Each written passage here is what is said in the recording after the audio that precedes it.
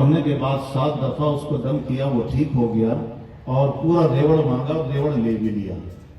آدھوں نے کہا گناہ ناجائز ہے، یہ تو قرآن بیچنا نظر آیا۔ اللہ کے رسول صلی اللہ علیہ وسلم سے جا کے کہا یا رسول اللہ ہمارے میں سے کچھ ساتھیوں نے ایسا کر لیا۔ حضور پاک صلی اللہ علیہ وسلم فرمایا قرآن کی کوئی قیمت نہیں ہے، اگلے کے اندر عظمت جب ہی بیٹھے گی اس میں سے کچھ حصہ مجھے بھی دو۔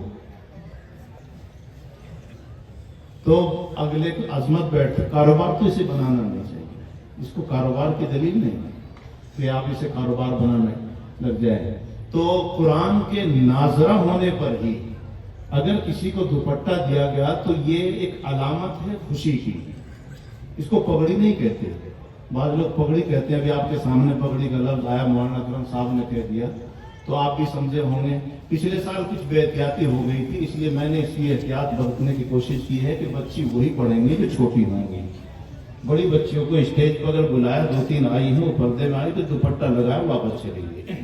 باقی کے دوپٹے ابھی تک رکھے ہوئے ہیں اور قرآن رکھے ہوئے ہیں، وہ اسٹیج تک نہیں آئی ہے بچی،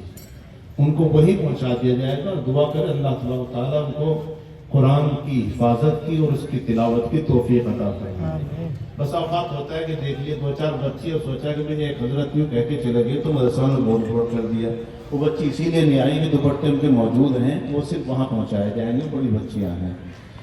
اور یہ صرف حوصلہ افزائی ہے، ان کی معراج اتنی۔ میرے اور آپ کے پاس یہ حافظ جو ہے نا، حافظ بہت مشکل آخر تک باقی رکھتے ہیں، یہ بھی نادرہ ہی رہ جاتے ہیں آخر میں،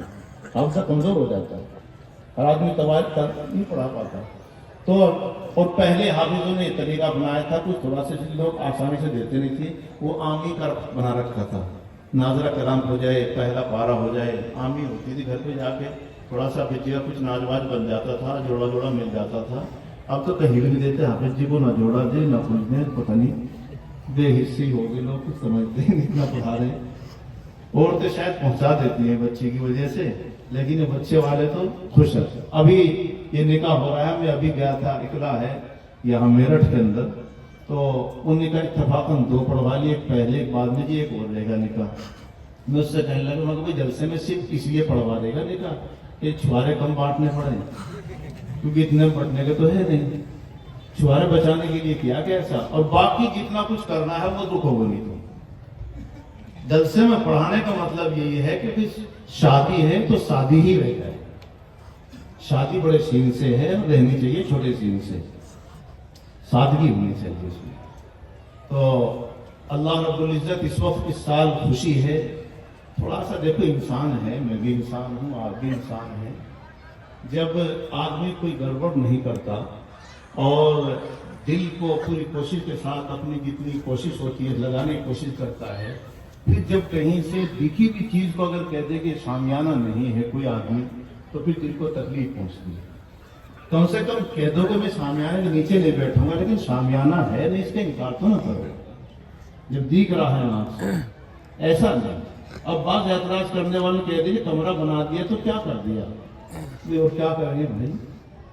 میں ابھی خرجے سے آیا، رات میں چلے گئے 3 بجے یہاں پہنچا ہوں، سویا بھی نہیں گیا۔ خرجے میں 13 بگھے میں مدرسہ موجود ہے اور میرے خیال سے 13 ہی بچے پڑھ رہے ہوں۔ بس برائی میں ساتھ دینا کس نے بتایا؟ ان کے حاجی جی کے میں یہاں رہا ہوں 2-3 گھنٹے، جو اس کے سرپرست ہیں وہ بڑے پریشان ہیں کہ یہ جو آیا ہے اس میں ذمہ دار، اس نے یہاں کے گنڈوں کا ساتھ لگا کر کے ساتھ لگا لیا اپنے، اب ہم اس کو یہ بھی نہیں کہہ سکتے پڑھا لیں، وہ گنڈا ساتھ دے رہا کہ اس میں برائی میں، اس نے تو بچپن سے برائی کی ہے، تو برائی میں ساتھ نہیں دینا چاہیے، اچھائی میں ساتھ دینا چاہیے۔ تو اس موقع پر میں نے یہ کہہ دیا مجھے بھائی شاید خیر، ورنہ کئی جگہ اس میں جلسے میں نکاح پڑھانا پڑا، پڑھانے والوں کو ملتا نہیں کچھ بھی، وہ تو امام کو دیتے ہیں، بلکہ وہ اس سے سوچے جلسے میں ہو گیا، امام سے بچا لیا پیسے اور مدرسے کے پیسے بچا لیا، ابھی تو اعلان نہیں کیا، کچھ بھی نہیں بتایا مدرسے کے دیں گے نہیں دیں گے پتہ نہیں، چھوڑیے نا بھائی،